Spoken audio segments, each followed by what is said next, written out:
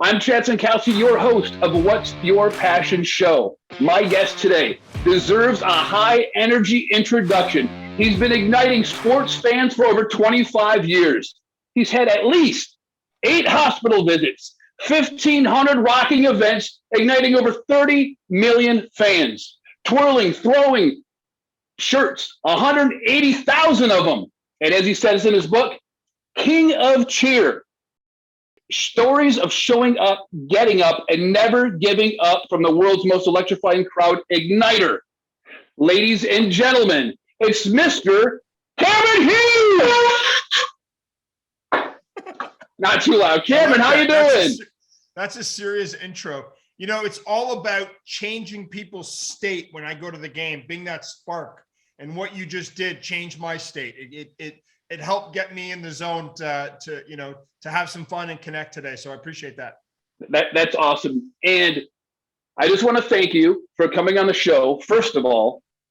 Second of all, talking about changing people's state. So that started about 28 years ago.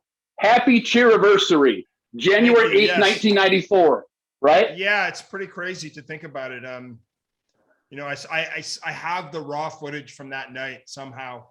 And I look at it and I just think to myself, like, I got up the first time and it was a joke. It was goofy. It's like, it could have been one of those moments where you're like, oh, that funny time Bob did a dance or Julie got up at the, you know what I mean? And right. The reason I've had this career is because I kept going. And the next whistle, I got up and I went to the aisle and kept dancing. And I think that's, you know, it's interesting when you look at people's success. And for me, defining success is like, are you waking up every day trying to do what you love to do, you know, in the best of your ability? Are you putting yourself out there with what right. you're passionate about, what you're talented at, what you love doing? And for me, like, I look at it, it's like, it's the people that actually do it the second time, the third time, that no matter what, they show up. And it's something I've learned over the last 28 years. Yeah. So, and let's talk a little bit about growing up in Ottawa, right? So, I know Canadian boy hockey, right? But yeah. You liked basketball. Would you say that was one of your first kind of missteps when it came to basketball? Well, yeah, I thought I was pretty good at basketball, but I wasn't. I tried out for the high school basketball team every year. I was pretty tall, and I tried out 3 years in a row. And like on the final year, my buddy and I, we go to the school gymnasium. Like, you remember as a kid, like how much you attached to making that team and wearing that school jersey and what it meant to be part of something, you know? And right. So I remember going to see that name on, you know, see if my name was on that list, and it wasn't. And I was crushed. And I got home from school and my mother said these words to me, like, you know, maybe there's other ways you can contribute to the team. You know, I'm like 16, 17 years old. I'm like, what are you talking about, Mom? You know, but I was a mama's boy and I listened to her, and she passed away, unfortunately, from an awful battle with breast cancer a couple months later after I didn't make the team. And you think that's important. Trust me, you know, reality check pretty fast, but right. It was funny, man, because then I went to my high school team's away game and I started to cheer like a lunatic because they needed it. The team was down. You could feel they were deflated. And it was that spark that came out of me of got nothing to lose here, you know, right. The worst thing that just happened to you, but also living my mother's passion of heart and connection and community. So that's kind of how it all. Yeah.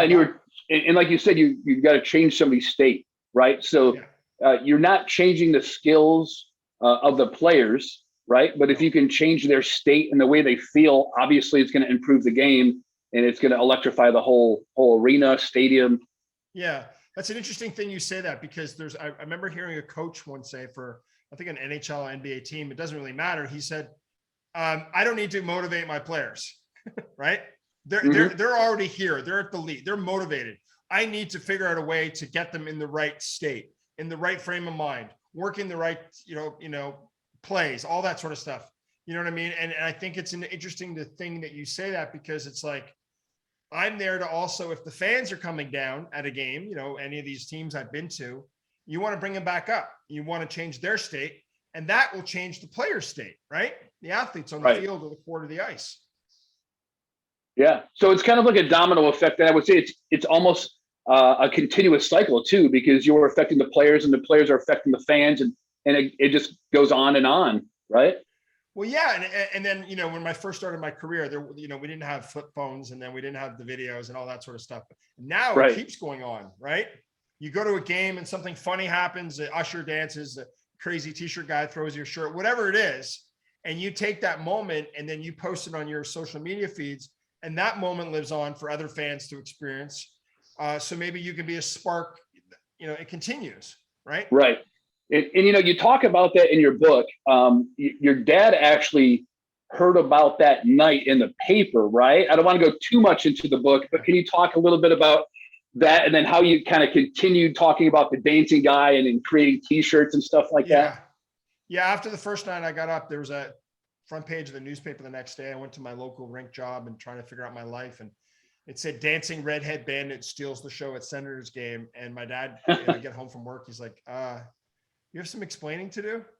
And my dad, laughed at it. And then when I kind of wanted to make it when they called and they said they were going to pay me, and then it started to get momentum, and I started to show up at other teams. Like, what do you do when you love something? You keep trying to make it happen, right? With my career, it was just such a weird, unorthodox thing. Oh, there's no like ads in the paper looking for this type of, you know what I mean? Right. So I had to keep proving to other teams my value, but then I also had to keep proving to my family and my friends, like, what are you doing? Right. And how many times in our lives have we heard, like, what are you doing? Like, go get a normal job. I don't like that word, but you know what I mean? Go do this. Don't have that uncertainty. You can't do this. Right. And luckily I listened enough to care to go, you know what? No, this is what I want to do. And I listened enough to not care and just say, you know what? I'm going to figure it out. Right. You're an innovator, and it takes people like that to change the game, because before you're right, that nobody heard of that. Nobody heard of somebody getting paid to go and ignite fans. Right. But you created that. Not in the way that I was doing it. I mean, there's a lot of different acts, obviously, in sports, and there's a lot of different hosts of events all over the world, and corporate events, media events, everything, right? My thing was just to be that fan that electrified that crowd that night and then went to the next city. You know what I mean? Right. As you can tell by some jerseys I have here. Exactly. Yeah. And you kind of mentioned like the uncertainty. That would be your family or friends saying there's uncertainty there. But if you're passionate about it, you have certainty, right?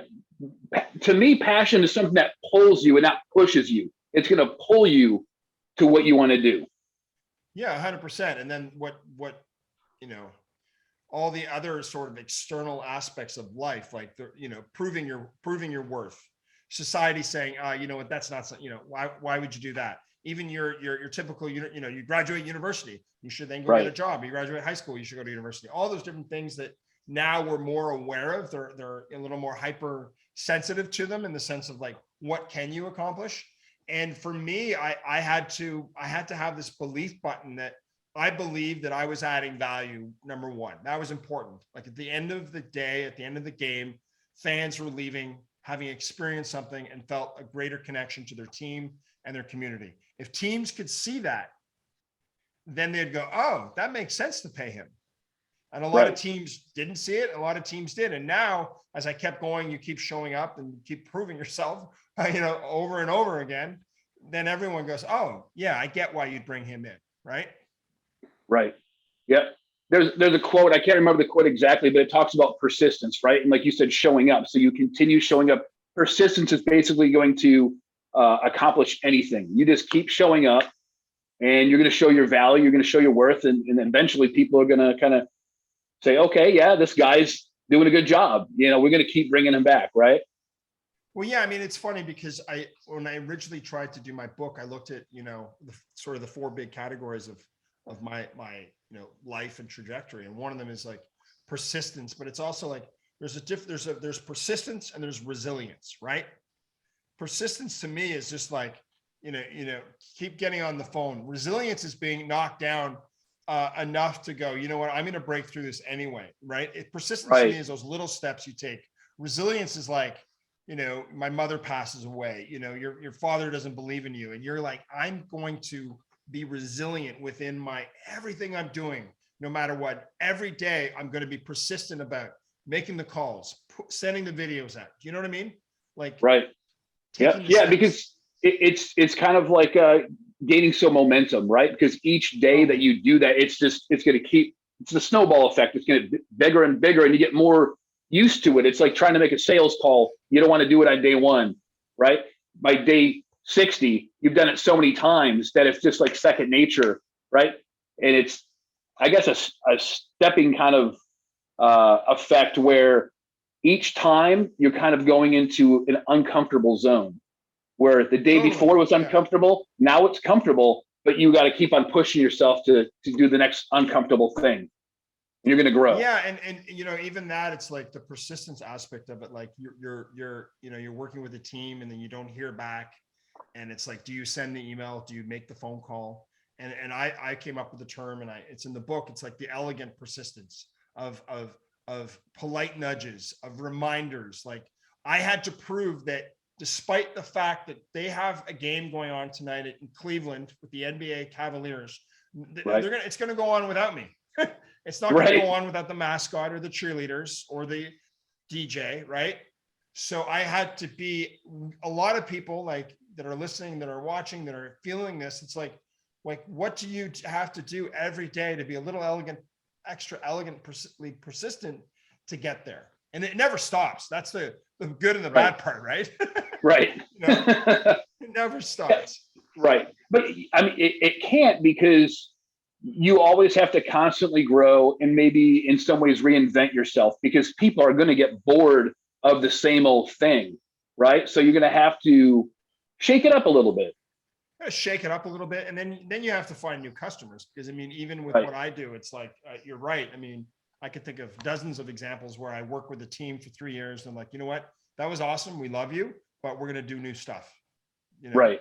And there's a cycle of it. So it's like reinventing how you're getting out there, reinventing new customers. Also, like for me, it's like I go to sport events, but I also have been able to, you know, host TV, speak at events, hype up events. Like, it's led to all these, you know, be the voice of different, you know, all these unique opportunities that they see there, and then this happens. And I think starting out, we don't think like that. You know what I mean? Whatever it is people are chasing, once you get known for something, these other opportunities come. Yeah.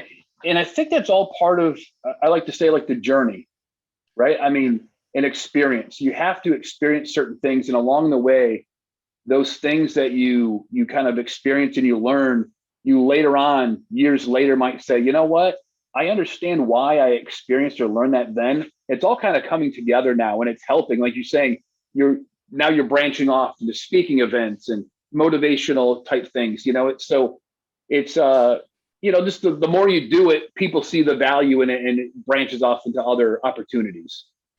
Yeah. And I think it's, you know, one thing I learned is, you know, in entertainment and media and putting yourself out there as a, you know, entrepreneur in this type of venue, you know, whatever, you know, actors, performers, that's what I mean, bands.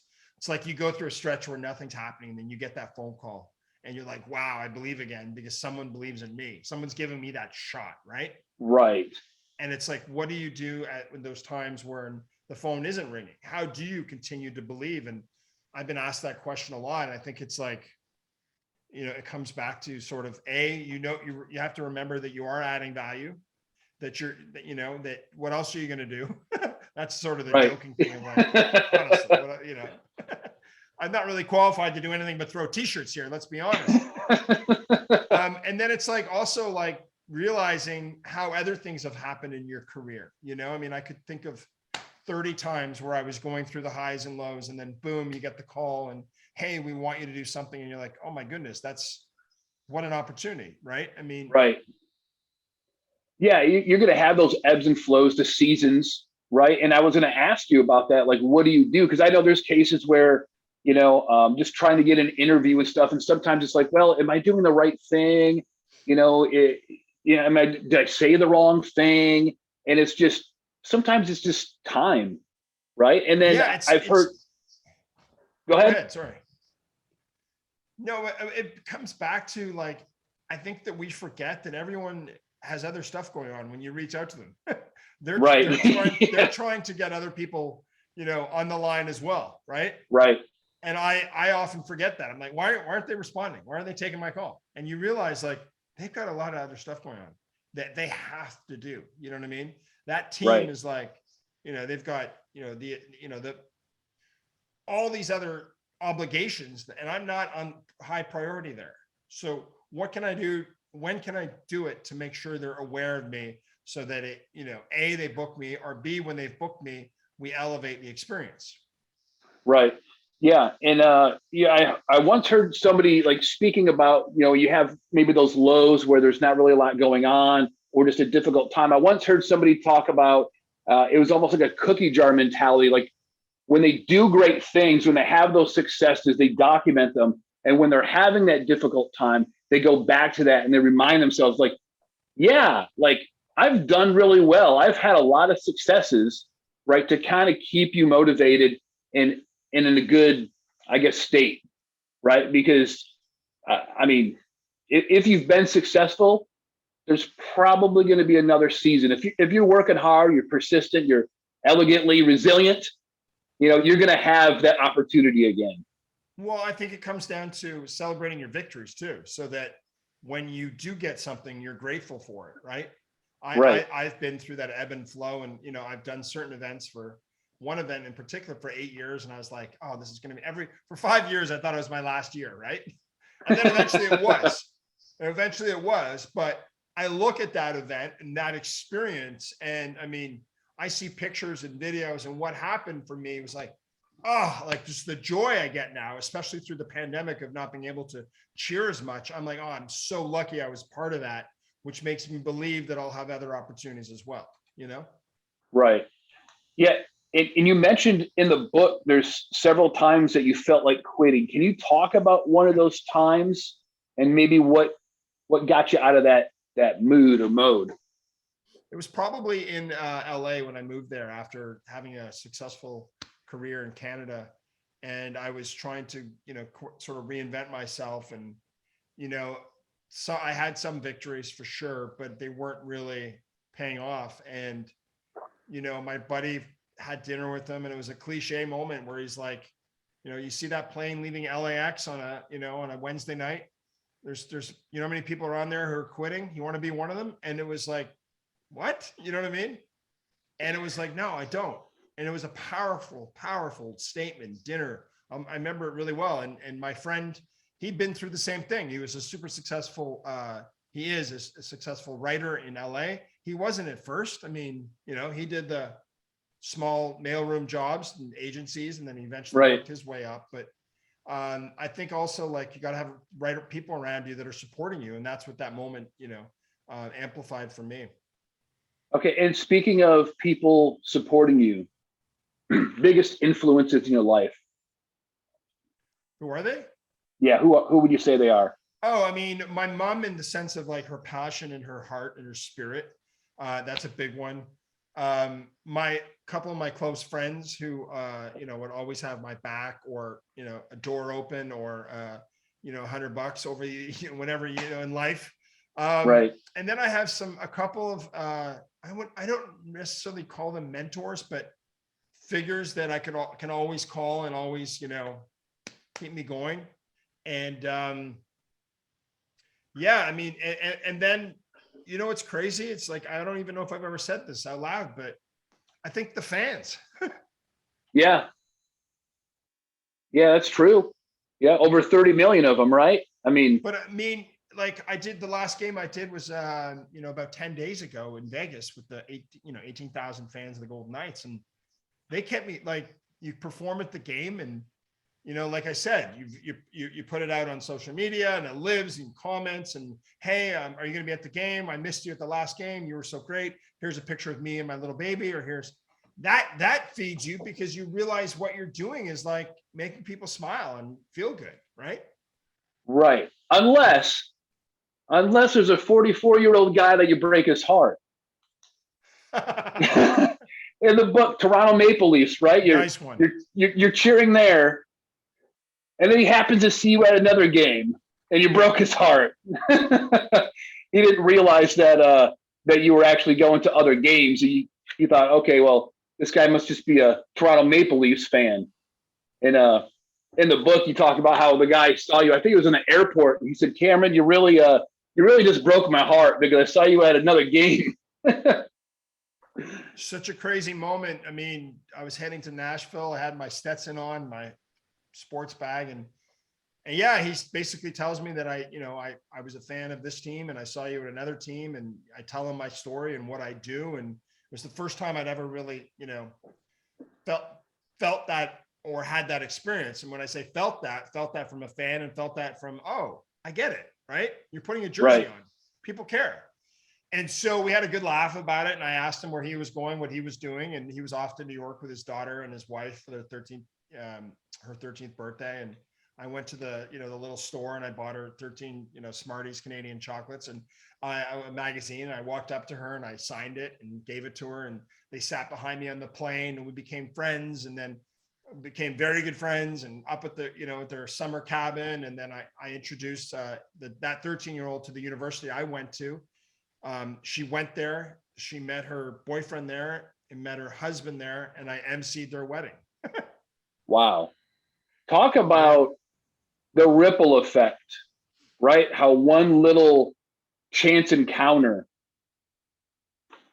could cause so much influence in somebody's life. It's insane. I mean, I think it's a really important thing to look at, because there's so many different things that got to that moment for me, for them. And then when we connected, how it all happened, right? Right. Why was I going to Nashville? Why were they, you know what I mean? All those things. And you look at it, and that's why I hammer it. I share it all the time. It's like, show up. It's so cliche, right? You know it. I know it. Everyone listening knows it. But in the moment, it's not. It's real. Yeah, you're absolutely right. You say it's cliche and they say, you know it, I know it. But I think people don't really know it, right? Because they can say they do. But when it's time to kind of put the rubber to the road and take action, January 8th of 94, if that wouldn't have happened, you probably, all those events from that point forward, Nashville probably wouldn't have happened. You wouldn't have been at that point in your life, right? So like you said, it's show up, do what you're passionate about, and you're going to influence people's lives. And give them everything you got in that moment. I mean, that's the biggest thing I've learned too, is like, for those 2.5, 3 hours, I'm going to be so, like, people joke about my brain, how it moves a little fast, and there's labeling for that if we want it, but I don't need to. But for those 2.5, 3 hours, I am like so focused on those people and that experience. And I give people an extra 10, 15 seconds, and I'm like so dialed in. So it's like, yes, show up, do what you love, and then just like in the best moment that you can, whatever that looks like, be in the best state possible to give them everything you have. Right. Right. You're just all in. You're giving him everything. Every game, every night. Is it always at the level I want? No, because I'm human. But that's where I go to mentally, and my state. And it's challenging at times to get there based on life. But when I get there, sure. I mean, it's like, comparing not me to Tom Brady or to Bono, but I bet, yeah, it is, because it's like when he's on stage with 80,000 people in Brazil singing where the streets have no name and everyone's singing. It's the same thing for me. I'm not comparing myself to a rock star, but I'm comparing myself to being in that state that all of us in life as humans want to be alive and feel that energy and feel that excitement and feel that connection to whatever it is we're doing. That's it. Right.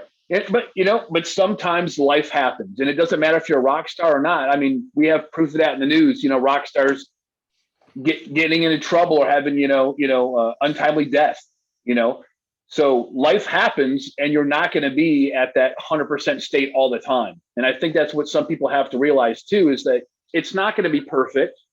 Give it all that you got at that moment. Right. Yeah. Be in that moment and show up the best you can too. I think is maybe the extra sort of, tag to show up, show up. And, how many times have you been to a cocktail party or a social function? You didn't want to go. And as you're leaving, you meet Mitch or Sarah, who you have some type of connection about something. And you're like, you leave and you're like, oh my God, I'm so glad I went. Right. Right. Yep. You're absolutely And right. it's on and on and on. And for me, it's like, if I'm tired, if I'm not feeling it at an event, I go and I find my moment that's going to change my state. I get the kid up, twirling the shirt. I do something that's going to change that. And I think that that's, as someone who's done this for this long, it's allowed me to learn how to, get there. Right. Right. Yep. Does your family or friends ever get annoyed by the high energy and motivation? Because I've had some people like, hey, it's, sometimes I'm showing up to work 5, 6 o'clock in the morning and I'm just in a good mood, motivated. And it's kind of like, I guess people are like, you're one of those people that are just like, why are you smiling? It's too early, I did have a roommate in LA when I first went, and he'd be like, "Hey, do you need to ask me so many questions in the morning?" What is an executive producer? What is a producer? I mean, I think in general, it's like anyone, like what drives you, what you love about someone can also drive you crazy about them. And in my enthusiasm for life, and I'm not always like this in the sense of like, Right. I'm not always the guy at the games. Of course not. Comedians are, not always the, throwing jokes down. But at the end of the day, I am naturally a positive person.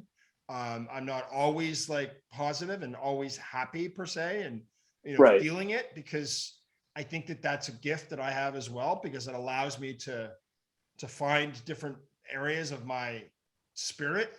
But yeah, I mean, I think that what I've learned as an entertainer is when to bring it as well, based on your question. Right. If you're, I learned this when I first moved to LA. When you go to LA, everyone in the room wants to be, at the front and center, or Right. the director, and then I realized like, oh, I'm not going to compete with that all the time. And that helped me, just turn it down, and maybe when it needs something, right? Yep. Do you have any type of daily rituals or pregame rituals that you do to kind of get yourself into the state? Yeah, I mean, before a game, I actually, if I'm in the city, I have a nap, and then I have a sort of like an hour alone in my hotel room, and then I get to the stadium, I meet with the team executives, and then I have my locker room area, and I, go for a run around the arena. People are like, "What's he doing?" And then I stretch, and when I think about it, and when I can, I do a 2 to 3 minute meditation the last few years, more so before COVID. And then post COVID events is just a little more crazy and manic, kind of behind the scenes. It's never as calm, which is maybe why you should do it. And yeah, and I try to just like, bring it Just in kind of and get prepare ready yourself. to give that energy, right? Right. Because I mean, Madison Square Gardens, that's got to be one of the biggest experiences, I'm sure, at that venue. It's one of the greatest venues. Can you talk about what kind of energy that, I mean, it must be crazy. Well, it's funny because you asked before that, is like, how do you get yourself excited, and how do you, well, when you're taking the subway or a taxi up to MSG, you're already kind of turned up, right? There's something that's Right. you know what I mean? When you're going to your favorite artist, or, a great comedian, or you got this thing, or a rivalry game, or, it doesn't always happen. So yeah, I mean, my whole thing is like with that is, the energy of there is like, it just makes you extra, like, just gets your blood flowing more, and makes you want to give more, because you're that much more excited, Right. Do you have a favorite song, or the most best song to kind of get things going Well, I at a mean, sporting event? I joke about it, but Billy Idol, Moni Moni is like the best call response, yeah, yeah, yeah. It's not the best to dance to, but I've used it at 70,000 people. I use it at the US Open every year, and I get this half of the stadium going in this half, and it's pretty fun. And silly, right? Right. Oh yeah, definitely. And that's what you want, right? You want to be silly, you want to be goofy, anything to get the fans ignited. Well, it's funny, even you mentioning that, it makes you realize, like, why do they respond? It's because, well, I'm making fun of myself first. I'm the first one to admit, like, this is all crazy. Come with me, Right. come have some fun Yep. tonight. you know. Can you, is there a difference when you're going to all these sporting events, NBA, NHL, tennis? What's the difference in energy between the different sporting events? What would you say is the most energy? What type of sporting event? Well, I mean, it's funny because a lot of them are stop starts, and you know what I mean? Like NBA has a more of a stop start, and they score a lot more often. So you cheer more often.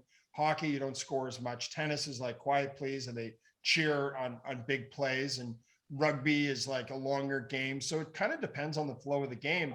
I think that it's also like NBA is known for its entertainment and its spectacle. NHL is a little more rock'em sock'em and faster paced, and NFL is like full on, you know, like everyone, 80,000 people, you know what I mean? So Right. I adapt to, you know, where I go and what the team in the game is. And, you know, for me, a lot of the maybe think of something is like a lot of the places I've had just as much fun as the MSGs and the NBA finals as minor league games, you know, in smaller cities across the country. Because they're like super excited to be there. They're with their friends or kids, and they're appreciative of that I showed up or that there's something extra happening at the event. Right. What about say one of your most notable moments during your career? If you had to pick, you know, one of them. One of them would probably be at the Vancouver Rugby Sevens when I was performing and all these kids were behind me. And it was the end of the day, it's 30,000 people. And I got out of the way and there's then two kids and then only one kid and he's dancing, he's getting the crowd going and he's young and I'm throwing him t-shirts and places going wild. And then we do like a Usain Bolt and we stop the music and we do a slow clap with 30,000 people. And that little 18-year-old boy, Malcolm, has Down syndrome. And it was just like, you know, 30 million views on blew up because everyone's like, wow. And everyone's like, is that planned? I'm like, no, you know what I mean? It was a beautiful moment. And I was having a great time. It was just everything clicked. Yeah. There's probably 120 sections in that stadium. And I picked that one, you know, wow. And it changed his life because the next year they didn't bring me back. They brought him back. I mean, once again, awesome. Influencing, changing people's lives, right? Well, I mean we're, you know, he did as much for me as I did for him. And I think that's the beauty of the way you can look at life, right? That's right. I mean, I joke with people, I end every talk I do. Doesn't matter the talk, if it's high school or if it's sales event, doesn't matter. I end on that video because the video I tell people, it's like, took me 24 years to get to this moment, right? And yes, I've had a lot of other great moments and, you know, whether it was a famous people or 7-year-old kids and doesn't matter. It's what are you doing to elevate the experience and who are you bringing with you? And that night with Malcolm, like just tops it all. You know, and that's the perfect segue. I'm just going to kind of finish this up with kind of a comment from your book. I just wanted to kind of quote something from your book. You talk about, it says, but it was a calling. But it didn't happen overnight. It took years of struggling, trial and error, rejection and chaos, trying to prove to everyone around me that my crazy dream was one worth believing in. I mean, you just... Yeah, I mean, it's funny because the book is a great way to take all those stories and that statement and encompass into one sort of tribute to that sense of, do you believe? Like, are you going to give it everything? And even finishing the book, I had to believe, but it's not about patting myself on the back. It's about going to other people, like trying to inspire other people to believe, to get up, to be that spark. Right. That's right. And there's so many stories in the book that talk about that, you know, and you're so right. Like even more recently, it's just, you're thinking about the journey. It's not about you. It's about how you're influencing people, you know, because one day we're not going to be here. How does that influence on all those people's lives? You know, how does it continue? How does it continue? Look at Bob Saget, who recently passed away. Right. Whether you're a Bob Saget fan or not, or at what level, doesn't matter for this story. When you read the tributes and you see the videos from John Mayer and Stamos and Jimmy Kimmel and on and on and on, you're just like, I didn't know he was made that much of a difference in impacting that, people's lives. And I'm sure it extended far beyond the A-list celebrities, wherever he went. His kindness, his empathy, his humor about, and you're like, wow, what am I doing? What's my legacy in that moment that I have that interaction with you, right? That's right. And I mean, another great example is Betty White. Are you kidding me? I'm driving down I-95 and there's a billboard with her picture. I mean, how many people have passed away and you saw their picture on the billboard? So that it doesn't matter your politics, your demographics, anything, somehow that she was affecting people across all walks of life. And for years. If all of us can just take a bit of that, those ingredients and shake them up and share them, right? Right. Hopefully we can, right? Yeah, I think so. Cameron, I appreciate the time. The book is King of Cheer. Social media, can you kind of just give out your social media handle? Cheers or Cameron Hughes on LinkedIn. Always love hearing from people. Where too, which is interesting. Where are you? Right. And your website. Can't wait to come to Georgia, by the way. When you come to Georgia, I'd love to meet up. That'd be great. Dance off at a Savannah Bananas game. There we go. I'll talk to Jesse Cole about that. All right. Thanks for having me. I really appreciate it. Thank you very much. All right, bud.